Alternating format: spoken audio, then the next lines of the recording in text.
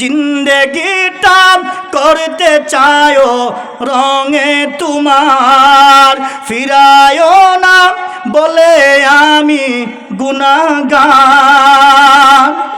জিন্দেগিটা করতে চায়ো রঙে তোমার, ফিরায়ো না বলে আমি গুনাহগার। সুরে সুরে সদা যে গান, সুরে সুরে সদা যে গান গাই তোমার। আমার জীবন আমার মরণ সবই তোমার, আমার জীবন আমার মরণ সবই তোমার। আল্লাহু আকবার।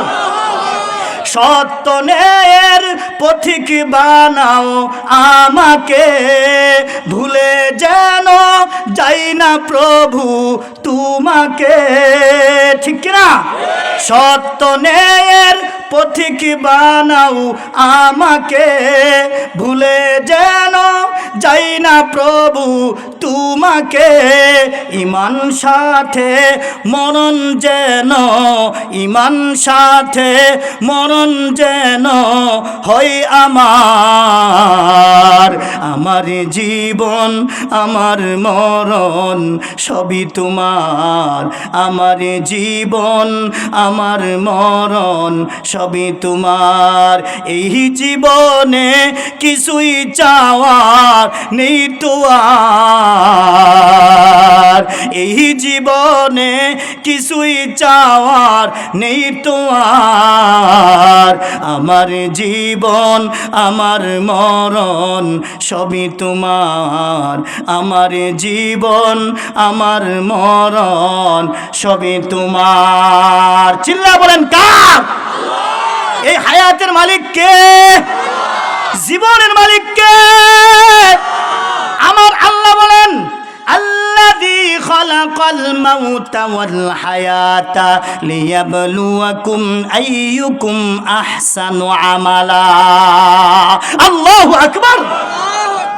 আমার আল্লাহ বলেন, আল্লাযী খালাকাল মাউত, আমি মরণ সৃষ্টি করেছি, ওয়াল হায়াত, তারপর আল্লাহ সংবাদ দিয়েছেন হায়াতের কথা, জীবনের কথা।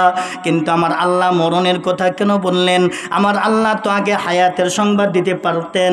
কারণ কি, হায়াতের সংবাদ যদি আল্লাহ আগে দিত, তার হায়াত পেলে না মরণ হবে।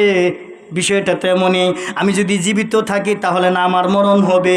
কিন্তু আমার আল্লাহ তাআলা কোরআনের এই আয়াতের মধ্যে কেন এই কথাটা বললেন? বান্দারে, আমি আগে তোমাকে হায়াতের সংবাদ দিই নাই, আমি আল্লাহ আগে তোমাকে মরণের সংবাদ দিতেছি।